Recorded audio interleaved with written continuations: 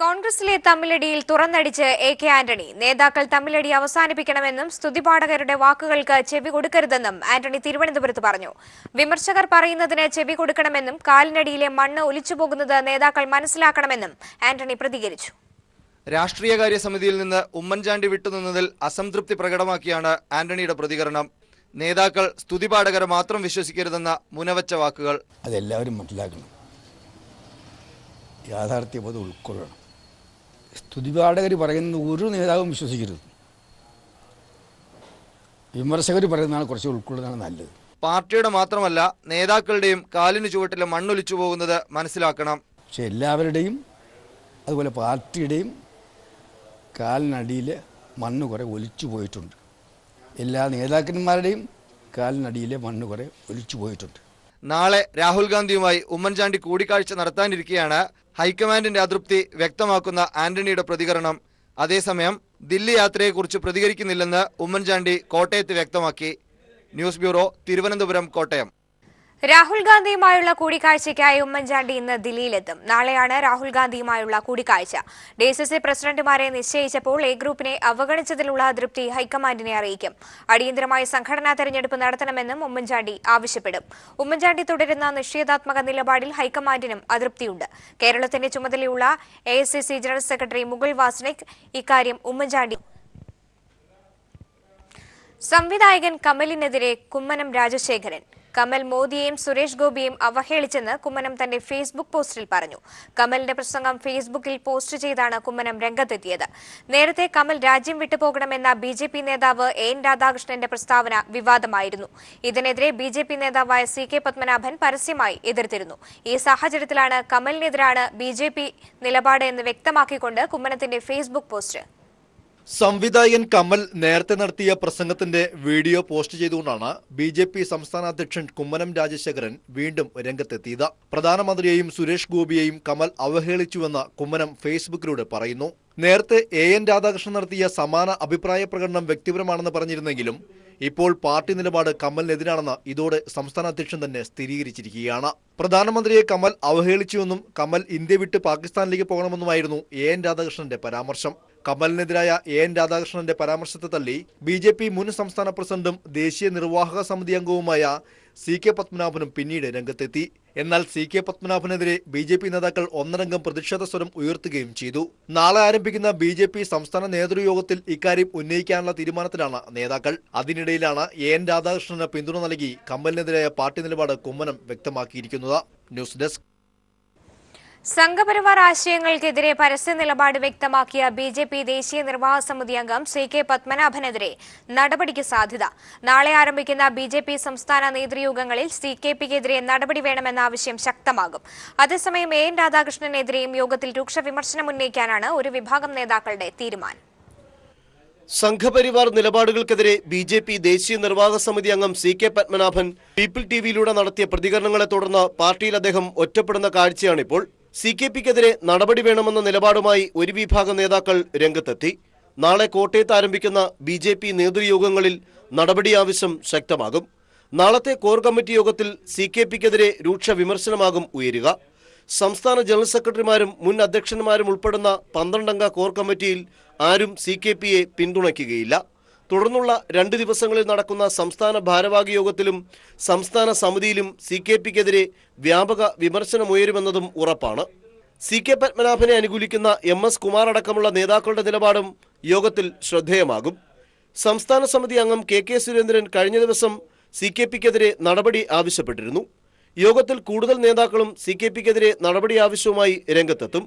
ബുധനാഴ്ച നടക്കുന്ന സംസ്ഥാന സമിതി യോഗത്തിലായിരിക്കും CK പത്മനാഭനെതിരെയുള്ള നടപടി വിഷയത്തിൽ തീരുമാനമെടുക്കുക. അതേസമയം AN രാധാകൃഷ്ണനെതിരെയും നേതൃയോഗങ്ങളിൽ രൂക്ഷ വിമർശനമുണ്ടായേക്കും.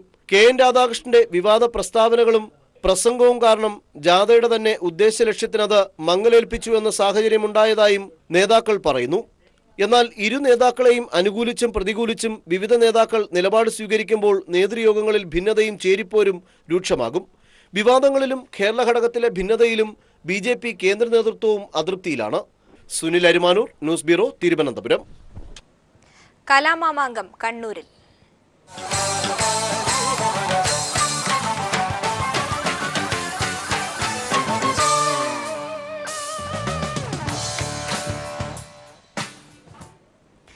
കേരളത്തിന് ഇനി കലയുടെ ഉത്സവ നാളുകൾ. സംസ്ഥാന സ്കൂൾ കലോത്സവത്തിന് നാളെ കണ്ണൂരിൽ തിരശ്ശീല ഉയരും. അവസാനവട്ട ഒരുക്കങ്ങൾ കണ്ണൂരിൽ പുരോഗമിക്കുകയാണ്. കൂടുതൽ വിവരങ്ങളുമായി കെ ലതീഷ് ചേരുന്നുണ്ട്. ലതീഷ്, എന്തൊക്കെയാണ് വിവരങ്ങൾ? സോമി, 57ാമത് സംസ്ഥാന സ്കൂൾ കലോത്സവത്തിന് അരങ്ങുണരാൻ ഇനി മണിക്കൂറുകൾ മാത്രമാണ് ബാക്കിയുള്ളത്. എല്ലാ വേദികളും 20 വേദികളിലായാണ് മത്സരങ്ങൾ നടക്കുക. 20 വേദികളിലും അവസാനവട്ട മിനുക്കുപണികളാണ് ഇപ്പോൾ പുരോഗമിക്കുന്നത്. നാളെ രാവിലെ 9:30 DPI KV മോഹൻകുമാർ ആയിരിക്കും പതാക ഉയർത്തുക. അതിനുശേഷം വൈകിട്ട് 4 മണിയോടുകൂടിയാണ് ഉദ്ഘാടന ചടങ്ങുകൾ നടക്കുക. മുഖ്യമന്ത്രി പിണറായി വിജയൻ 57ാമത് സംസ്ഥാന സ്കൂൾ കലോത്സവത്തിൻ്റെ ഔപചാരികമായ ഉദ്ഘാടനം പ്രധാന വേദിയായ നിളയിൽ നിർവഹിക്കും. ഇതിനു മുന്നോടിയായി 2:30 ഉച്ചകഴിഞ്ഞ് 2:30 cent Michael's Anglo Indian higher secondary സ്കൂളിൽ നിന്നും ഘോഷയാത്ര ആരംഭിക്കും. അവിടെ നിന്നും ആരംഭിക്കുന്ന ഘോഷയാത്ര പ്രധാന വേദിയായ നിളയിൽ എത്തിച്ചേരുന്നതോടുകൂടിയായിരിക്കും ഉദ്ഘാടന സമ്മേളനം ആരംഭിക്കുക. സാംസ്കാരിക ഘോഷയാത്രയിൽ കണ്ണൂരിൻ്റെ കലാപൈതൃകവും അതേപോലെ തന്നെ കലാപാരമ്പര്യവും വിളിച്ചോതുന്ന നിശ്ചല ദൃശ്യങ്ങളും അതേപോലെ തന്നെ കലാരൂപങ്ങളും അരങ്ങേറും. സ്കൂൾ വിദ്യാർത്ഥികൾ ഉൾപ്പെടെ 100 കണക്കിന് പേർ അണിനിരക്കുന്ന ഒരു ഘോഷയാത്രയായിരിക്കും നാളെ ഇവിടെ നടക്കുക. അത് പ്രധാന വേദിയായ നിളയിൽ എത്തിച്ചേരുന്നതോടുകൂടി ഉദ്ഘാടന സമ്മേളനം ആരംഭിക്കും. വിദ്യാഭ്യാസ മന്ത്രി C രവീന്ദ്രനാഥിൻ്റെ അധ്യക്ഷതയിൽ ചേരുന്ന സമ്മേളനം മുഖ്യമന്ത്രി പിണറായി വിജയൻ ഉദ്ഘാടനം ചെയ്യും. ഇതിനുശേഷം 6 മണിയോടുകൂടി 9 വേദികളിലായി നാളെ തന്നെ മത്സരങ്ങൾ ആരംഭിക്കുന്നു. പ്രധാന വേദിയായ നിളയിൽ മോഹിനിയാട്ടത്തോടു കൂടിയാണ് മത്സരങ്ങൾ ആരംഭിക്കുക. മറ്റു 8 വേദികളിലും നാളെ തന്നെ മത്സരങ്ങൾ ആരംഭിക്കും.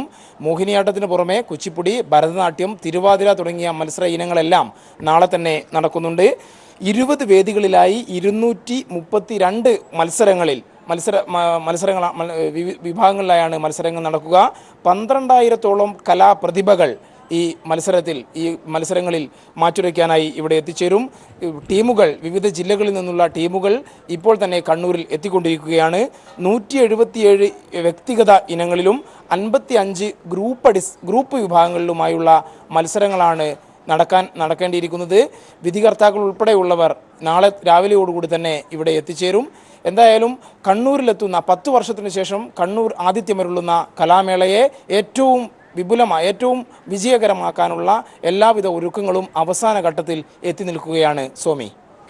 ലതീഷ്, ഒപ്പം തന്നെ ഗ്രീൻ പ്രോട്ടോകോൾ നടപ്പിലാക്കുന്ന സംസ്ഥാന സ്കൂൾ കലോത്സവ ചരിത്രത്തിൽ തന്നെ ആദ്യമായി നടപ്പിലാക്കുന്ന കലോത്സവമാണ് കണ്ണൂരിൽ നടക്കാനിരിക്കുന്നത്.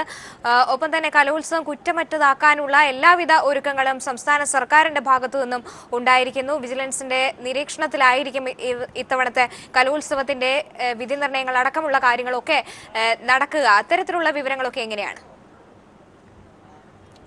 സോമി, ഗ്രീൻ പ്രോട്ടോകോൾ കമ്മിറ്റിയുടെ പ്രവർത്തനങ്ങൾ ഇതിനകം തന്നെ ആരംഭിച്ചിട്ടുണ്ട്. ഏഷ്യയിലെ തന്നെ ഏറ്റവും വലിയ കലാമേള പൂർണ്ണമായും പ്ലാസ്റ്റിക് വിമുക്തമാണ് എന്നത് തന്നെയാണ് ഇത്തവണത്തെ പ്രത്യേകത. സംസ്ഥാന സർക്കാരിൻ്റെ ഹരിത നയം പൂർണ്ണ അർത്ഥത്തിൽ നടപ്പാക്കുന്ന ഒരു കലാമേള കൂടിയാണ് 57ാമത് സംസ്ഥാന സ്കൂൾ കലാമേള. ഒപ്പം വിജിലൻസ് പരിശോധന, കർശനമായ വിജിലൻസ് പരിശോധന ഈ നമ്മുടെ വിധി നിർണയത്തിൽ ഉൾപ്പെടെയുള്ള കാര്യങ്ങളിൽ ഉണ്ടാകുമെന്ന് കഴിഞ്ഞ ദിവസം തന്നെ മുഖ്യമന്ത്രി വ്യക്തമാക്കി കഴിഞ്ഞു. തുടർച്ചയായി 3 വർഷം മാത്രമായിരിക്കും ഈ കലോത്സവം മുതൽ വിധികർത്താക്കൾ ഉണ്ടാവുക. പിന്നീട് മാറി വരുന്ന ഒരു സാഹചര്യം, കാരണം വർഷങ്ങളായി വിധികർത്താക്കളായി ഒരേ മത്സരങ്ങളിൽ തന്നെ വർഷങ്ങളായി തുടരുന്ന ഒരു സാഹചര്യമുണ്ട്. അതുകൊണ്ട് തന്നെ ഇത്തരം വിധികർത്താക്കളെ സ്വാധീനിക്കാനും എളുപ്പമാണ് എന്ന് ഇതിനു മുമ്പത്തെ പല അനുഭവങ്ങളിൽ നിന്നും സർക്കാർ മനസ്സിലാക്കി കഴിഞ്ഞു, വിദ്യാഭ്യാസ വകുപ്പ് മനസ്സിലാക്കി കഴിഞ്ഞു. അതുകൊണ്ട് തന്നെ ഈ കാര്യത്തിലും ഒരു കൃത്യമായ മാനദണ്ഡം ഈ തവണ സംസ്ഥാന സർക്കാർ നടപ്പാക്കുന്നു. ഒപ്പം വിജിലൻസിൻ്റെ കർശനമായ നിരീക്ഷണവും ഇക്കാര്യത്തിലുണ്ടാകും. കോഴ വിവാദം അടക്കമുള്ള കാര്യങ്ങൾ പല ജില്ലാ കലാമേളകളിൽ ഉൾപ്പെടെ പൊന്തിവന്ന ഒരു സാഹചര്യത്തിൽ കൂടിയാണ് ഇത്തരം ഒരു കാര്യം ഏർപ്പെടുത്താൻ തീരുമാനിച്ചിരിക്കുന്നത്. എന്തായാലും ഗ്രീൻ പ്രോട്ടോക്കോളും അതേപോലെ തന്നെ പ്ലാസ്റ്റിക് വിമുക്തമായ ഒരു കലാമേള എന്നുള്ളതും ഈ തവണ കലാമേളയെ മറ്റു കലാമേളകളിൽ നിന്ന് തീർത്തും വ്യത്യസ്തമാക്കുന്ന ഒരു ഘടകം തന്നെയാണ്. സോമി. AK ലതീഷാണ് കണ്ണൂരിൽ നിന്നും വിവരങ്ങൾ നൽകിയത്. സംസ്ഥാന സ്കൂൾ കലോത്സവത്തിന് തിരിതെളിയുമ്പോൾ കലകളുടെ ഈറ്റിലമായ തൃശൂർ ചെറുതുരുത്തിയിലും തയ്യാറെടുപ്പുകൾ തകൃതിയാണ്. ഓട്ടൻതുള്ളൽ അധ്യാപകനായ കലാമണ്ഡലം ഗീതാനന്ദൻ വീണ്ടും പരിശീലകനായി എത്തുമ്പോൾ അണിയറയിൽ മത്സരാർത്ഥികളും ആവേശത്തിലാണ്. 4 പതിറ്റാണ്ടത്തെ അധ്യാപന പാരമ്പര്യമുള്ള ഗീതാനന്ദൻ 3 വർഷത്തെ ഇടവേളയ്ക്ക് ശേഷമാണ് കലോത്സവ പരിശീലനത്തിൽ സജീവമാകുന്നത്.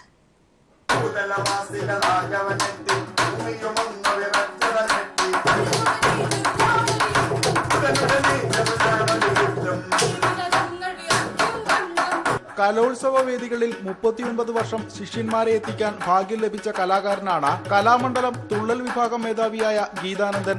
15-ാം വയസ്സിൽ തന്നേക്കാൾ മുതിർന്നവരെ ഓട്ടം തുള്ളൽ അഭ്യസിപ്പിച്ച വേദിയിലെത്തിച്ച ഗീതാനന്ദന്റെ 80-ലധികം ശിഷ്യന്മാരാണ് കലോത്സവ വേദികളിൽ ഇതുവരെ മാറ്റുരച്ചത്.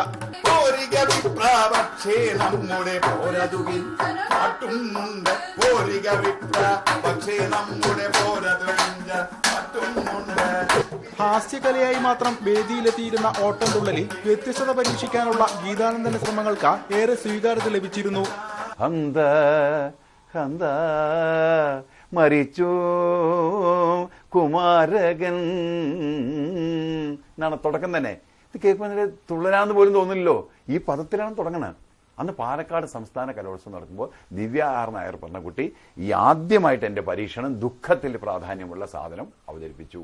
ഇപ്പൊ എല്ലാവരും സാധാരണ പോലെ അവതരിപ്പിച്ചു തുടങ്ങി. ഇപ്പൊ എല്ലാവരും ഹാസ്യം വിട്ട് ദുഃഖത്തിലേക്ക് വന്നു തുടങ്ങി. 3 വർഷക്കാലം പരിശീലനത്തിൽ നിന്ന് മാറി ആസ്വാദകനായി വേദികളിലെത്തിയ ശേഷമാണ് ഗീതാനന്ദൻ വീണ്ടും സജീവമാകുന്നത്.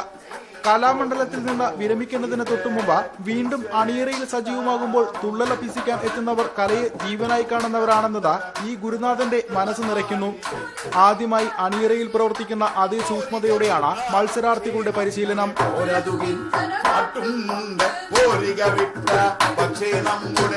ഗീതാനന്ദന്റെ 3 ശിഷ്യരാണ് ഇക്കുറി ഓട്ടംതുള്ളലിൽ അരങ്ങിലെത്തുന്നത്. 4 പതിറ്റാണ്ട് കാലത്തെ പരിശീലന പരമ്പരയുമായി കലാമണ്ഡല ഗീതാനന്ദൻ വീണ്ടും കലോത്സവ വേദികളിൽ സജീവമാവുകയാണ്.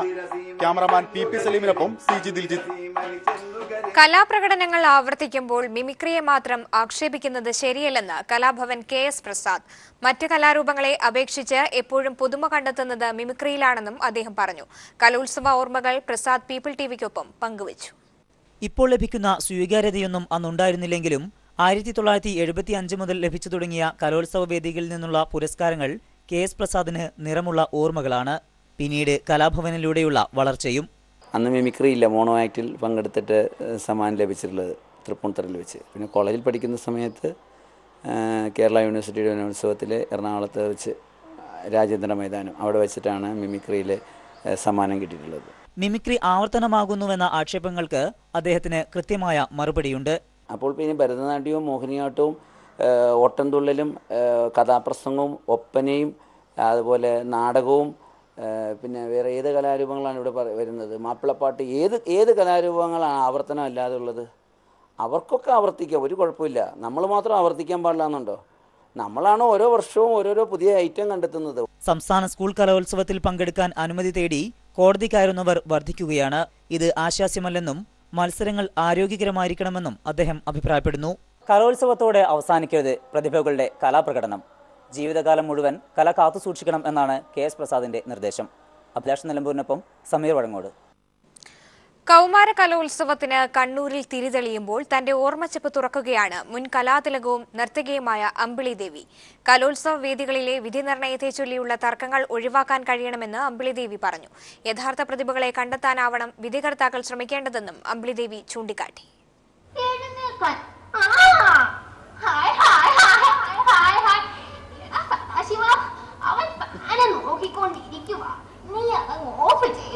കൗമാര കലോത്സവത്തിന് വേദികൾ ഉണരാൻ മണിക്കൂറുകൾ മാത്രം ബാക്കി നിൽക്കെ തന്റെ കലോത്സവ നാളുകൾ അയവിറക്കുകയാണ് അമ്പിളി ദേവി. 2001 ഒട്ടും പ്രതീക്ഷിക്കാതെയാണ് കലാതിലക പട്ടം തന്നെ തേടിയെത്തിയത്. പനി പിടിച്ച സാഹചര്യത്തിൽ മത്സരിച്ചിട്ടും വിജയിച്ചു കയറാനായി. പങ്കെടുത്ത ഇനങ്ങൾക്കെല്ലാം 1ാം സ്ഥാനം നേടാൻ കഴിഞ്ഞ കാര്യവും ആവേശത്തോടെ ഓർമ്മിക്കുകയാണ് ഈ കലാകാരി. അതേസമയം കലോത്സവ വേദികളിലെ തർക്കങ്ങളും അപ്പീലുകളുമെല്ലാം ഈ മുൻ കലാതിലകത്തെ വേദനിപ്പിക്കുകയും ചെയ്യുന്നു. പണം വാങ്ങി വിധിയെഴുതുന്ന ഗുരുക്കന്മാർ കുരുന്നുകളായ പ്രതിഭകളോട് ചെയ്യുന്നത് ക്രൂരതയാണ്. കഴിവിന്റെ അടിസ്ഥാനത്തിൽ മാത്രം വിജയികളെ കണ്ടെത്തണമെന്നും അവർ പറഞ്ഞു. കലോത്സവങ്ങളെ സംബന്ധിച്ച് നമ്മൾ കേൾക്കുന്ന ഒരു പ്രശ്നമാണ് പലപ്പോഴുമുള്ള തർക്കങ്ങൾ. പ്രധാനമായിട്ടും വിധി നിർണയത്തെ ചൊല്ലി അർഹതയുള്ള കുട്ടിക്കല്ല സമ്മാനം കിട്ടിയെന്നും പിന്നെ കോഴ വാങ്ങിയിട്ടാണ് ജഡ്ജസ് വന്നതെന്നും നമ്മൾ എല്ലാ വർഷവും കേൾക്കാറുണ്ട്. ഇത്തവണത്തെ കലോത്സവത്തിന് പ്രശ്നങ്ങളൊന്നും ഉണ്ടാവാതിരിക്കട്ടെ എന്ന് ഞാൻ പ്രാർത്ഥിക്കുകയാണ്. കുട്ടികളുടെ മനസ്സ് വേദനിപ്പിക്കാത്ത, അർഹിക്കുന്നവരെ കണ്ടെത്തുന്ന തരത്തിലുള്ള ഒരു നല്ല കലോത്സവമായി തീരട്ടെ ഈ വർഷത്തെ സംസ്ഥാന സ്കൂൾ കലോത്സവം എന്ന് ഞാൻ പ്രാർത്ഥിക്കുന്നു. എല്ലാവിധ ആശംസകളും. വിധി നിർണയവുമായി ബന്ധപ്പെട്ട് കലോത്സവ വേദികളിൽ വിജിലൻസ് പരിശോധന നടത്താനുള്ള തീരുമാനത്തെ മുൻ കലാതിലകം സ്വാഗതം ചെയ്യുകയാണ്. ന്യൂസ് ബ്യൂറോ, കൊല്ലം. സംസ്ഥാനത്ത് വീണ്ടും സദാചാര ഗുണ്ടകളുടെ ആക്രമണം. അസമയത്ത് ദുരൂഹ സാഹചര്യത്തിൽ കണ്ടുവെന്നാരോപിച്ച് കൊടുങ്ങല്ലൂർ അഴീക്കോട് സ്വദേശിയായ മധ്യവയസ്കനെ സംഘം ചേർന്നെത്തിയവർ ക്രൂരമായി മർദ്ദിച്ചു. മേനോൻ ബസാർ സ്വദേശി സലാമാണ് ആക്രമണത്തിന് ഇരയായത്. നഗ്നനാക്കി വൈദ്യുത പോസ്റ്റിൽ കെട്ടിയിട്ട് മർദ്ദിച്ച ശേഷം ദൃശ്യങ്ങൾ സമൂഹ മാധ്യമങ്ങൾ വഴി പ്രചരിപ്പിക്കുകയും ചെയ്തു. ഗുരുതരാവസ്ഥയിലായ സലാം കൊടുങ്ങല്ലൂർ താലൂക്ക് ആശുപത്രിയിൽ ചികിത്സ തേടി. ഇന്നലെ രാത്രിയാണ് കേരള മനസാക്ഷിയെ ഞെട്ടിപ്പിക്കും വിധം കൊടുങ്ങല്ലൂരിൽ സദാചാര ഗുണ്ടകൾ അഴിഞ്ഞാടിയത്. അസമയത്ത് ദുരൂഹ സാഹചര്യത്തിൽ കണ്ടെന്നാരോപിച്ചാണ് മേനോൻ ബസാർ സ്വദേശി സലാമിനെ ഒരു സംഘം ആളുകൾ മർദ്ദിച്ചത്. വടക്കേ ഇന്ത്യയിൽ മാത്രം കേട്ടുകേൾവിയുള്ള തരത്തിൽ ആക്രമിച്ച് അവശനാക്കിയ ശേഷം വിവസ്ത്രനാക്കി വൈദ്യുതി പോസ്റ്റിൽ കെട്ടിയിട്ടു. അകാരണമായാണ് മർദ്ദനം ആരംഭിച്ചതെന്നും നേരിട്ടറിയാവുന്നവരും സംഘത്തിലുണ്ടായിരുന്നുവെന്നും സലാം പറയുന്നു. ബാബു അയാളെ വീടിൻ്റെ ഭാഗത്ത്, അയാളെ ഭാര്യ നിൽക്കുന്ന വീടിൻ്റെ ആ ഭാഗത്ത് ആക്കിയിട്ട് ഞാനിപ്പോൾ വരെ സലാമെന്നും പറഞ്ഞ് പോയിട്ട് പിന്നെ തിരിച്ചു വരുന്ന ഇയാൾ ഗുണ്ടകളായിട്ടാണ് എന്നെ ഇരുമ്പൊടിക്ക് മർദ്ദിക്കുകയും എൻ്റെ പല്ലുകൾ നഷ്ടപ്പെടുത്തുകയും നാളെ സ്കാൻ ചെയ്യണമെന്ന് പറഞ്ഞേക്കും. മർദ്ദനത്തിൽ ദേഹമാസകലം പരിക്കേറ്റ സലാമിന്റെ 3 പല്ലുകൾ അടർന്നു പോയി. മണിക്കൂറുകൾ നീണ്ട വിചാരണയ്ക്കൊടുവിൽ മോചിതനായ സലാമിനെ ഗുരുതരാവസ്ഥയിൽ കൊടുങ്ങല്ലൂർ താലൂക്ക് ആശുപത്രിയിൽ പ്രവേശിപ്പിച്ചു. പരാതിയെ തുടർന്ന് കൊടുങ്ങല്ലൂർ പോലീസ് അന്വേഷണം ആരംഭിച്ചു. News bureau, Thrissur. Lions club international Thiruvananthapuram ജില്ലാ ഘടകം രക്തദാന ക്യാമ്പ് സംഘടിപ്പിച്ചു. ജില്ലയിൽ 20 കേന്ദ്രങ്ങളിലായി നടന്ന ക്യാമ്പിൽ 10,000 പേർ പങ്കാളികളായി. രക്തദാനം മഹാദാനം എന്ന ആശയം ഉയർത്തിപ്പിടിച്ചാണ് ക്യാമ്പ് സംഘടിപ്പിച്ചത്. സമൂഹത്തെ ഒന്നിപ്പിക്കുന്ന ഘടകങ്ങളെ ഛിന്നഭിന്നമാക്കുകയാണ് നരേന്ദ്രമോദി സർക്കാരെന്ന് CPIM കേന്ദ്ര കമ്മിറ്റി അംഗം A. വിജയരാഘവൻ. നോട്ടു പിൻവലിക്കലിലൂടെ കുത്തക മുതലാളിമാർക്ക് പൊതുഖജനാവ് കൊള്ളയടിക്കാനുള്ള അവസരമാണ് മോദി ഉണ്ടാക്കിയിരിക്കുന്നതെന്നും അദ്ദേഹം പറഞ്ഞു. തെറ്റായ നയങ്ങളെ വിമർശിക്കുന്നവരെ ദേശദ്രോഹികളായി മുദ്രകുത്താനുള്ള നീക്കം അതിശക്തമാണെന്നും വിജയരാഘവൻ ചൂണ്ടിക്കാട്ടി. തിരുവനന്തപുരത്ത് നടക്കുന്ന Kerala municipal and corporation staff union സംസ്ഥാന പഠന ക്യാമ്പ് ഉദ്ഘാടനം ചെയ്യുകയായിരുന്നു അദ്ദേഹം. തിരികെ വാർത്തയിലേക്ക്. സാങ്കേതിക സർവകലാശാലയുടെ ക്യാമ്പസിനായി വിളപ്പിൽശാലയിലെ സ്ഥലം വേണ്ടെന്ന വൈസ് ചാൻസലർ കുഞ്ചറിയയുടെ നിലപാടിനെതിരെ അംഗങ്ങൾ. ഗവേണിംഗ് ബോർഡ് യോഗത്തിൽ അംഗങ്ങൾ VCയെ എതിർപ്പ് അറിയിച്ചു. സർവകലാശാലയിൽ അനധ്യാപക നിയമനം നടത്താത്തതിലും VCക്കെതിരെ പ്രതിഷേധം ശക്തിപ്പെടുകയാണ്. വിളപ്പിൽശാല മാലിന്യ സംസ്കരണ പ്ലാന്റിന്റെ സ്ഥലമാണ് സർക്കാർ APJ അബ്ദുൽ കലാം സാങ്കേതിക സർവകലാശാല ആസ്ഥാനത്തിനായി കണ്ടെത്തിയത്. എന്നാൽ ആ സ്ഥലം സർവകലാശാല ക്യാമ്പസിന് വേണ്ട എന്നതാണ് നിലവിൽ വൈസ് ചാൻസലർ ഡോക്ടർ കുഞ്ചിറിയ P. ഐസക്കിന്റെ നിലപാട്. കഴിഞ്ഞ ദിവസം ചേർന്ന ബോർഡ് ഓഫ് ഗവേണൻസ് യോഗത്തിലാണ് VC പുതിയ നിലപാടെടുത്തത്. എന്നാൽ VCയുടെ നിലപാടിനെ യോഗത്തിൽ മറ്റംഗങ്ങൾ വിമർശിച്ചു. എക്സിക്യൂട്ടീവ് കൌൺസിൽ അംഗവും ബോർഡ് ഓഫ് ഗവേണൻസ് അംഗവുമായ ഡോക്ടർ G. രാധാകൃഷ്ണൻ. അത് യൂണിവേഴ്സിറ്റി എസ്റ്റാബ്ലിഷ് ചെയ്തിപ്പോൾ 2 വർഷമാകും. ഇതുവരെയായിട്ടും നമുക്കൊരു ക്യാമ്പസ് ആയിട്ടില്ല. വിളപ്പിൽശാലയിലുള്ള പഴയ വേസ്റ്റ് ഡിസ്പോസൽ ഏരിയ ഗവേണിംഗ് ബോഡിയിൽ പൊതുവെ അതിനൊരു എതിർപ്പൊന്നും ഇല്ല എന്നാണ്. പക്ഷേ വൈസ് ചാൻസലർ പറയുന്നത് അത് വളരെ ഒരു അഗാധ ഗർത്തമാണ്. ആര് ചോദിച്ചാലും I will not implement it. അതായിരുന്നു അടുത്ത പ്രശ്നം. അത് മാറേണ്ടിയിരിക്കും. എന്നാൽ ക്യാമ്പസിനായി മറ്റേതെങ്കിലും സ്ഥലം അനുവദിക്കണമെന്നാവശ്യപ്പെട്ട് സർക്കാരിന് കത്തയക്കാനാണ് നിലവിൽ VCയുടെ തീരുമാനം. സർവകലാശാലയിലെ അനധ്യാപക തസ്തികകളിലേക്ക് PSC മുഖാന്തരം നിയമനം നടത്താത്തതിനെയും അംഗങ്ങൾ യോഗത്തിൽ എതിർത്തു. ഈ നിയമനങ്ങൾ നടക്കാത്തത് കാരണം സർവകലാശാലയുടെ പ്രവർത്തനം തന്നെ താറുമാറായതായാണ് അംഗങ്ങൾ പറയുന്നത്. VCയുടെ ഇത് ഏകപക്ഷീയമായ നിലപാടുകളാണെന്നും ഇവർ വിമർശിക്കുന്നു. News bureau, Thiruvananthapuram. പെരുമ്പടവം ശ്രീധരന്റെ നോവലായ ഒരു സങ്കീർത്തനം പോലെ നാടകരൂപത്തിലെത്തുന്നു. റഷ്യൻ സാഹിത്യകാരൻ ദസ്തോവ്സ്കിയുടെയും അന്നയുടെയും പ്രണയത്തെ ആസ്പദമാക്കിയാണ് നാടകം രൂപപ്പെടുത്തിയിരിക്കുന്നത്. പ്രമുഖ നാടകകൃത്തും നാടക നടനുമായ അഹമ്മദ് മുസ്ലിമാണ് നാടകരചന നിർവഹിച്ചിരിക്കുന്നത്. ഇന്ന് കരുനാഗപ്പള്ളി ടൗൺ ക്ലബ്ബിൽ വൈകിട്ട് 6:30 മുതലാണ് നാടകം. വായനക്കാർ ഹൃദയത്തിലേറ്റുവാങ്ങിയ ദസ്തോവ്സ്കിയുടെയും അന്നയുടെയും പ്രണയം അരങ്ങിലേക്ക് എത്തുകയാണ്. വിശ്വസാഹിത്യകാരൻ ദസ്തോവ്സ്കിയുടെ ജീവിതത്തെ അവലംബിച്ച് പെരുമ്പടവം ശ്രീധരൻ എഴുതിയ ഒരു സങ്കീർത്തനം പോലെ എന്ന നോവലിന്റെ നാടകരൂപാവതരണം ഇന്ന് നടക്കും. ദസ്തോവ്സ്കിയുടെ ഹൃദയത്തിന്റെ ഭാഷ വായനക്കാരനെ അനുഭവിക്കുന്ന ശൈലിയാണ് പെരുമ്പടവം എഴുതിയ നോവലിന്റെ മുഖമുദ്ര. സ്കൂൾ ഓഫ് ഡ്രാമ വിദ്യാർത്ഥിയും നിരവധി നാടകങ്ങളിൽ അഭിനയിക്കുകയും ചെയ്തിട്ടുള്ള അഹമ്മദ് മുസ്ലിമാണ് ഒരു സങ്കീർത്തനം പോലെ എന്ന നാടകത്തിന്റെ രചന. നാടകത്തിൽ ദസ്തോവ്സ്കിയായി എത്തുന്നതും അഹമ്മദ് മുസ്ലിം തന്നെ. സ്കൂൾ ഓഫ് ഡ്രാമയിൽ പഠിക്കുന്ന ഗാർഗി ആനന്ദാണ് അന്നയായി അരങ്ങിലെത്തുന്നത്. കരുനാഗപ്പള്ളി ഗോപൻ, പുന്നൂർ ശ്രീകുമാർ, അതുൽ ശ്രീകുമാർ, ഉഷ രവി തുടങ്ങിയവരും പ്രധാന കഥാപാത്രങ്ങളായി വേഷമിടുന്നുണ്ട്. വൈകിട്ട് 6:30 കരുനാഗപ്പള്ളി ടൗൺ ഹാൾ ഓഡിറ്റോറിയത്തിലാണ് നാടകത്തിന്റെ അരങ്ങേറ്റം. ന്യൂസ് ബ്യൂറോ, കൊല്ലം.